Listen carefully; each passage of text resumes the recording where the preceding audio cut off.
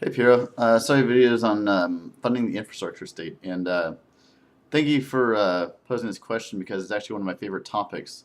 Um, I it's something I've studied a lot. The main thing I would do for funding the infrastructure state would actually be to base our tax system on land primarily, but also any sort of but extending the idea of land to mean any sort of natural resources, anything that human labor doesn't actually produce.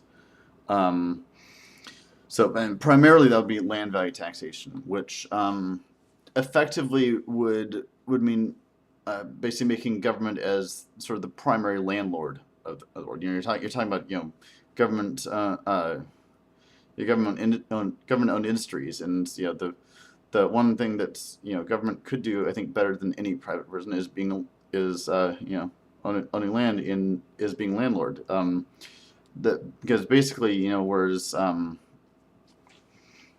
whereas your landlord at an apartment complex saying they may be obligated to fix your utilities and stuff, that they tend to keep a lot of it for themselves, whereas the government would be required to spend that money on infrastructure and and other programs to help the population.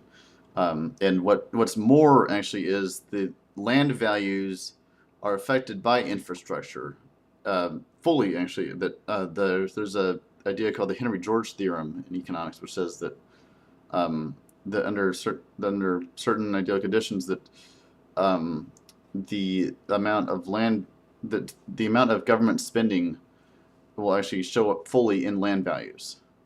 So actually, by taxing that land value, the government's just getting that money back that they spent on the infrastructure in the first place.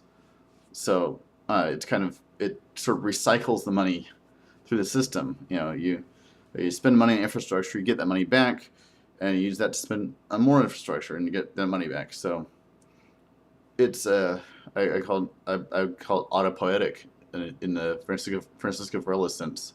Um, it also would not, unlike other taxes, it would not increase the cost of what it's taxing because land is fixed in supply. So it's not like someone's producing land and they're going to say, oh well, I'm getting taxed on this, so I'm going to produce less of it. No, nature is producing it has produced land, and so it's so supply isn't changing, and demand, you know, in a sense, demand is the same, although there would be less demand uh, for land as a speculative commodity, which means the land values would actually go down a little bit.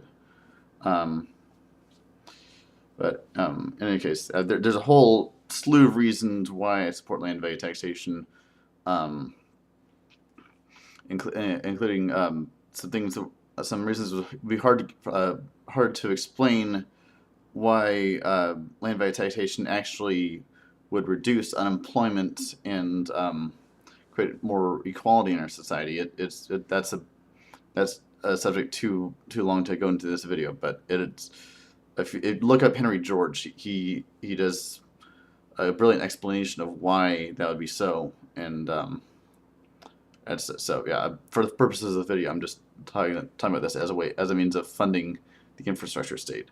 Um, on top of that, I also think that if we had a simple monetary reform, it would be a lot easier to fund the state, which is move from a debt-based monetary system where money is created by through borrowing, through loans. Instead, have government be the sole issuer of money, as they're theoretically supposed to.